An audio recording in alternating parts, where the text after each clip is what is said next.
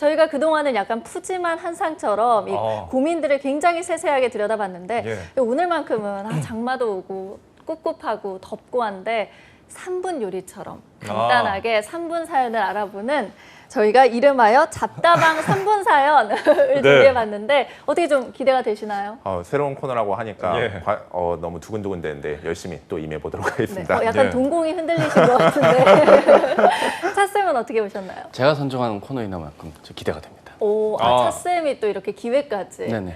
그러세요? 저희가 사연들이 짧다 보니까 짧은 사연들도 잘 캐치해드리는 그런 저희 프로그램의 취지. 저희 작가님, PD님 감사합니다. 3분 요리처럼 굉장히 맛있는 이제 고민 해결 기대해 보겠습니다. 네. 그럼 저희 바로 첫 번째 사연 만나볼게요. 봄이오네님이 보내주셨는데 농협 스펙 궁금합니다 라고 질문해 주셨어요. 농협중앙회 블라인드라서 스펙을 좀 안 보나요? 라고 적어주셨는데 저도 지금 이 3분 코너가 처음이라서 굉장히 새롭네요. 좀 짧은데요? 기분 좋으시죠? 네. 메시지를 하나 받은 느낌이에요. 네. 요즘같이 이렇게 빠르게 돌아가는 시대에 아주 적합하지 않나 하는 생각이 드는데 홍쌤, 스펙 어떻게 보시나요?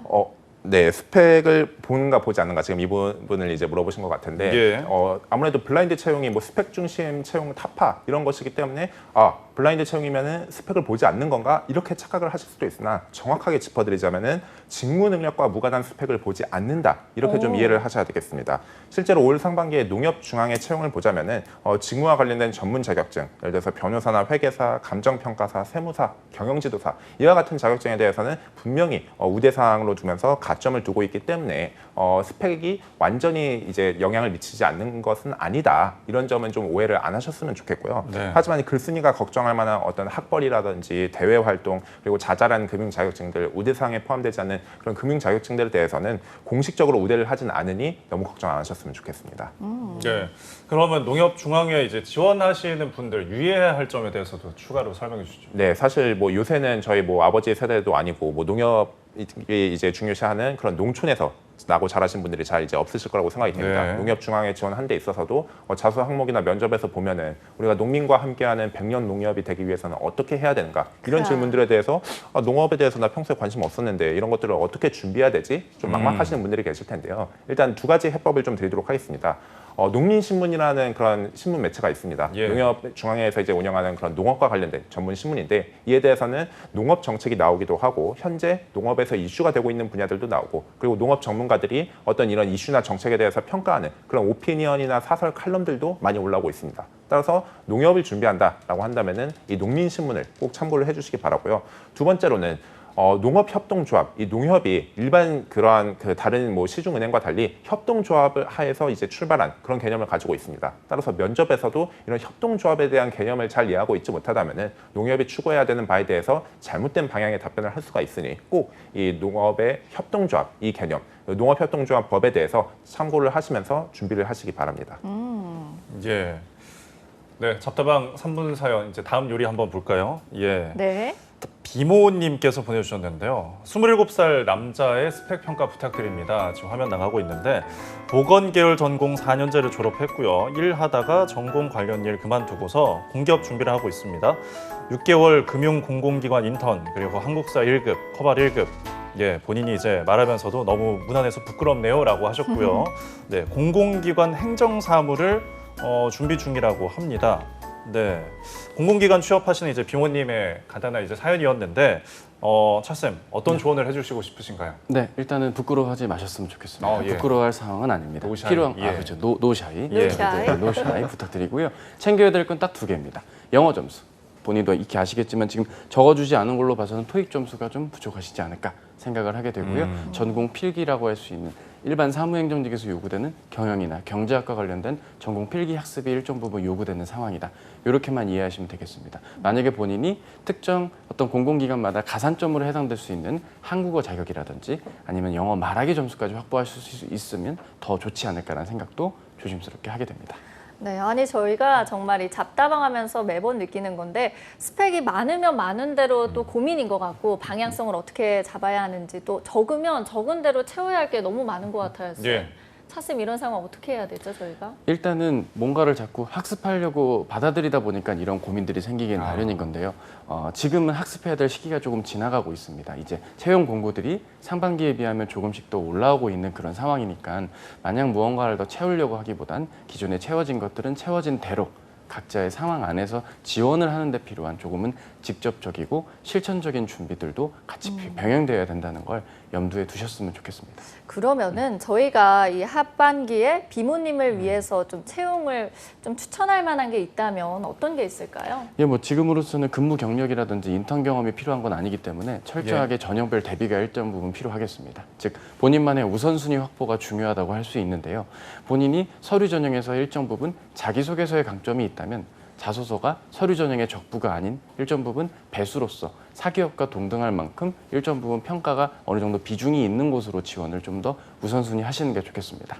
필기 공부를 하셨는데 틀린 게 거의 없으시다고요? 네, 축하합니다. 그러면 이제 필기 전형에서 본인의 배수에서 승부를 볼 수 있는 곳들이 있다면 그런 공공기관들로의 지원도 일정 부분 고려하실 필요가 있겠죠. 네. 네, 여러분은 지금 투데이 잡스 시즌2 잡다방에서 촌철살인으로 명쾌한 해답을 주시는 홍반장님과 함께 그리고 컨설트계의 명탐정 찬한님과 함께 하고 계십니다. 이분들과 고민 상담하려면 어떻게 해야 되는지 다시 한번 언급해드리죠. 네, 저희가 더 많은 분들의 고민을 함께 나눌 수 있도록 잡다방에 사연 올리는 방법 다시 한번 알려드리겠습니다. 한국직업방송 투데이 잡스 시즌2는 네이버 카페 취업대학교, 취업 커뮤니티 더빅스쿨과 함께 하는데요. 혼자만 끙끙 앓고 있는 취업 고민이 있다면 취업대학교 카페 또 더빅스쿨의 취업상담소 스펙 고민 게시판에 사연 남겨주시기 바랍니다. 네, 역시 박서연 아나운서의 다시 친절한 설명 듣고 오셨고요. 네, 제가 혼을 넣어서 읽었습니다. 예, 그러니까요. 거기에 이 내용이 잘 안 들어오겠어요. 이제 세 번째 사연으로 넘어가 보겠습니다. 네. 아이디 워홀러, 워킹홀리데이를 하셨나? 취업대학교 카페에 올리신 사연인데요. 27살 공대남입니다. 스펙 한번 보시죠. 네, 스펙 내었습니다. 직어국이라고 되는데 이게 지방거점 국립대학교죠. 네, 네. 그리고 기계과를 나오셨고 4.12 학점이 4가 넘습니다. 어학 점수는 토익이 815고 토익은 토스가 130, 자격증은 커말 2급 에너지관리 기사, 한국사 1급, 일반 기계 기사 지금 필기는 합격한 상태네요. 네, 경력 사항은 없고요. 대외 활동 역시 캐나다 워킹 홀리데이 1년, 과기원 인턴 1달, 학부 연구생 1년 6개월, 봉사활동 40시간, 그리고 국내 학술대회 논문 3편을 냈었고요.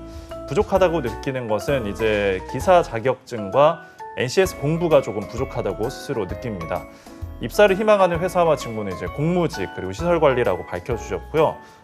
지금 많이 이제 자기가 부족한 게 뭔지 더 진단을 받고 싶은 모양이에요. 현실적인 조언, 무엇을 더 준비해야 할지 부탁드립니다. 라고 끝으로 남겨주셨네요.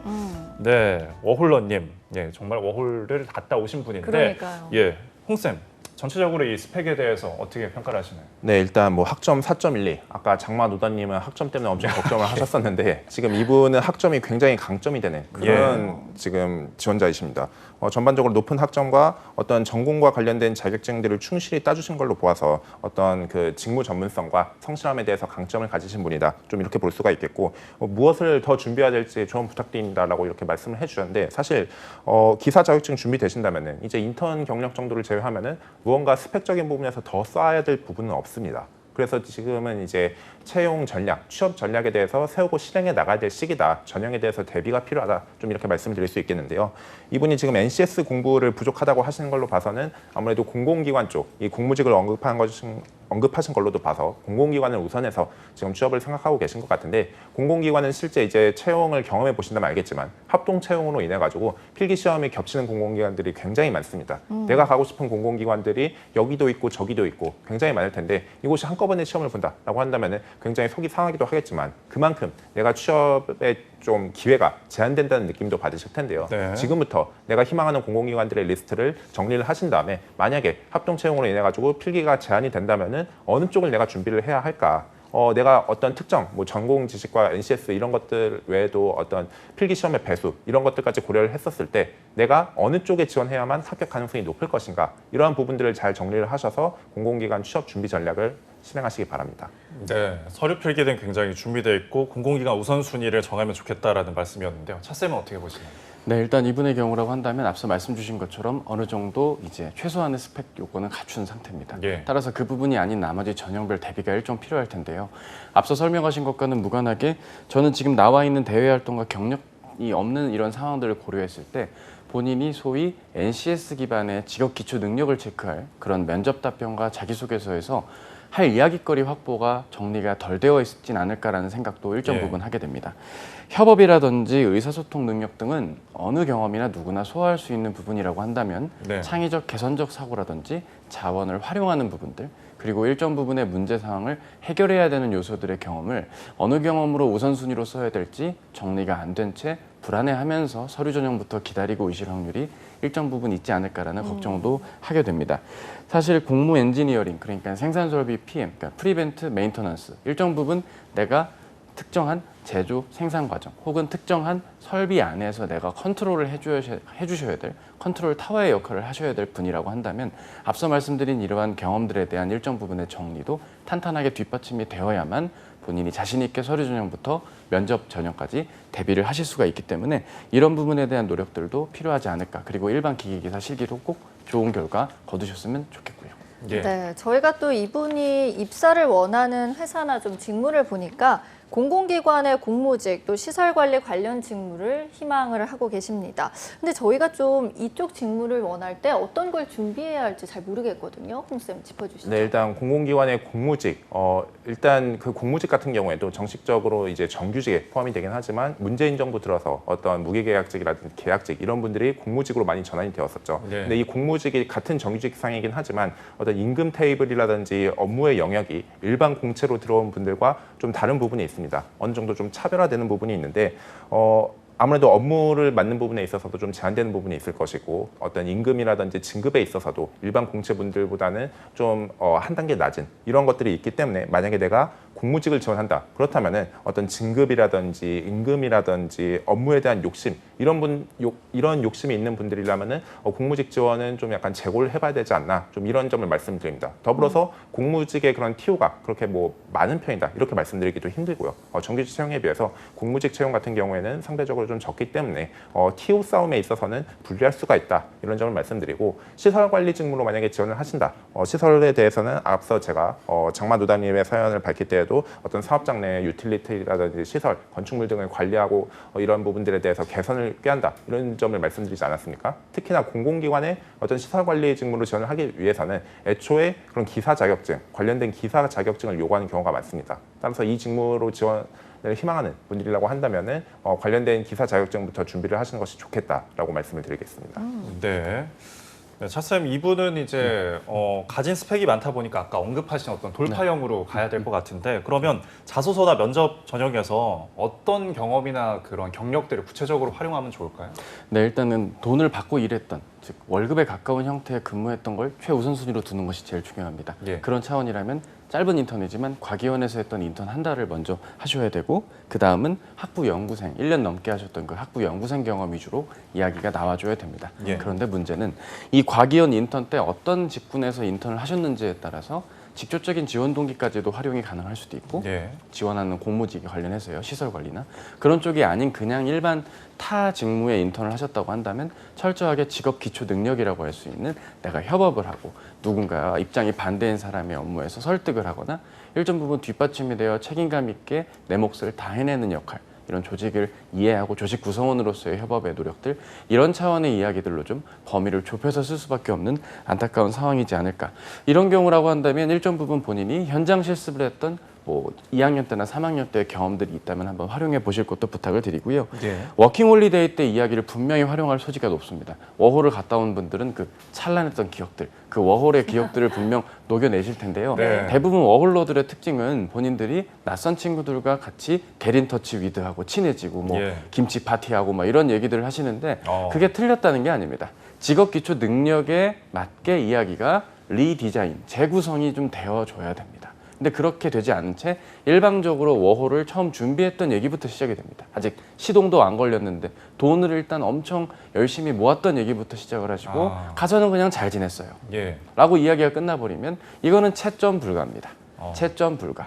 채점에 의거해서 본인의 자소서를 봐야 되는데 그런 부분에선 내가 워홀 때 어떤 얘기를 해야 되는지에 대한 정리도 일정 부분 필요하겠다. 이렇게 말씀을 드리면서 스터디를 하신다든지 아니면 다양한 무료나 유료의 다양한 어떤 컨설팅을 한번 받아보시는 걸 추천을 드리고요. 뭐 일자리 카페 이런 곳들이 있을 겁니다. 본인의 이러한 이력들을 한번 쭉 보여주시면서 어떤 에피소드를 좀 활용하면 좋을지도 다양하게 고민을 부탁드리겠습니다. 예. 그러면 저희가 좀 과감하게 컨설팅을 한번 해볼까요? 예. 이분이 공공기관에 올인을 하는 게 나을지 아니면 사기업도 좀 병행을 하는 게 나을지 홍쌤 어떻게 보세요? 사실 뭐 이분이 정확히 어떤 상황인가 이거에 따라서 좀 이제 선택을 하실 그런 방향 좀 달라질 수 있다고 보는데요. 만약에 필기 준비가 부족하다라고 한다면은 공공기관에 있어서 채용에 있어서 필기 준비가 우선인 만큼 공공기관 올인을 하시는 것이 낫다라고 말씀을 드리도록 하겠습니다. 그리고 이분이 지금 뭐 졸업생인지 아니면은 학부생인지 지금 아직 그 졸업을 안 하신 상태인지 이거에 따라서도 만약에 취업에만 내가 올인하기는 힘든 상황이다라고 한다면은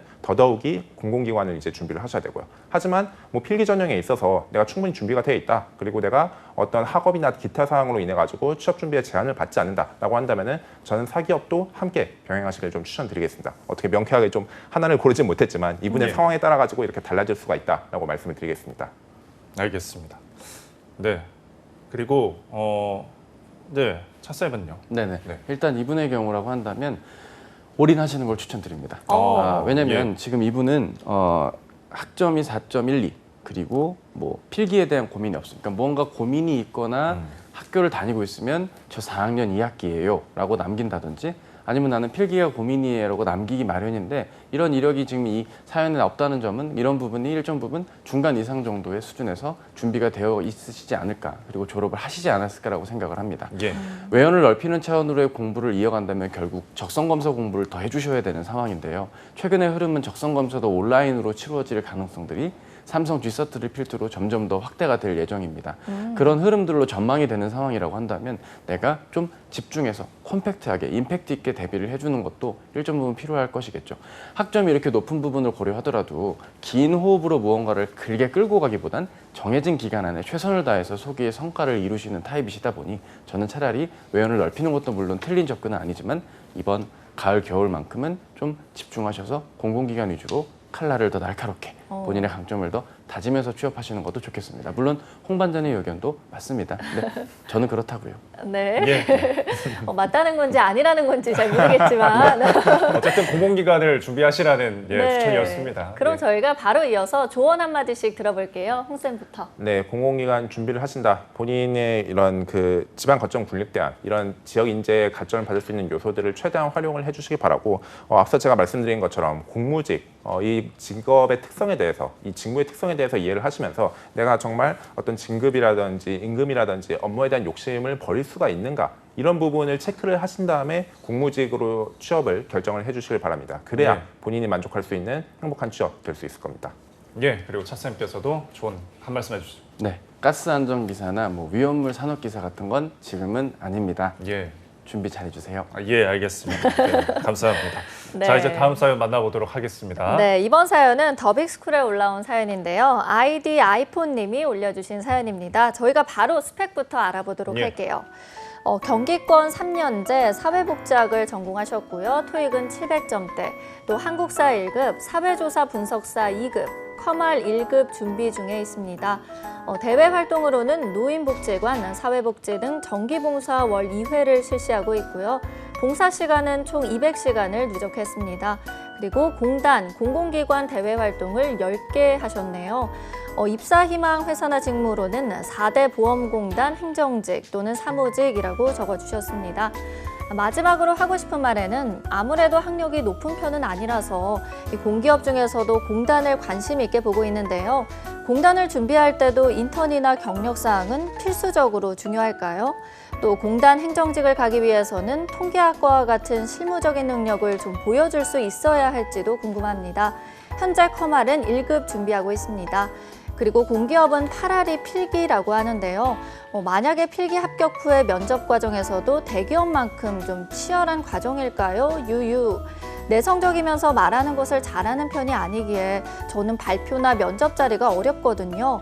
그리고 공기업도 면접 준비를 좀 철저하게 해야겠죠. 아, 질문이 많네요. 감사합니다.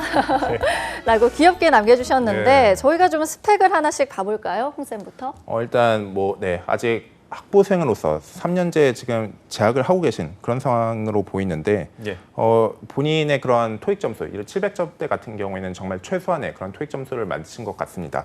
지원 자격으로서의 요소를 만드신 것 같고, 하지만 본인이 희망하는 이런 4대 보험공단 외에도 다른 공공기관의 사무직으로도 좀 취업 확장을 좀 노리고 싶다라고 한다면은 토익 점수는 800점 이상으로 만들어 주시는 것이 서류 전형에서 내가 어학 때문에 탈락한다 이런 상황을 좀 모면할 수가 있을 것입니다. 네. 그리고 지금 이분이 인턴 경력이 지금 딱히 없으신데 공공기관에 준비를 한다, 특히나 국민건강보험공단과 같은 4대 공단에 준비를 한다라고 한다면은 인턴을 좀 적극적으로 노리실 필요도 있습니다. 왜냐하면 지금 언급을 하신 곳들이 다 서류 전형의 배수들이 굉장히 좀 치열한 그런 그 공공기관들이어가지고 인턴 전형에서라도 내가 가점을 챙기는 것이 그 인턴을 했냐 안 했냐로 인해 가지고 서류 전형의 합불이 갈라질 여부가 있습니다. 따라서 지금 이분이 공공기관을 희망한다라고 한다면은 어학 점수를 일정 부분 올려주시고, 그리고 본인이 이러한 치열한 서류 전형을 뚫을 수 있도록 인턴 전형의 가점을 좀 챙겨주는 것도 좋겠다, 이렇게 정리를 할 수 있겠습니다. 예, 저희가 이제 시간 관계상 오늘 많은 사연을 보다 보니까 이제 바로 다음 질문으로 들어가겠습니다. 우리 차코치님께 해드릴 건데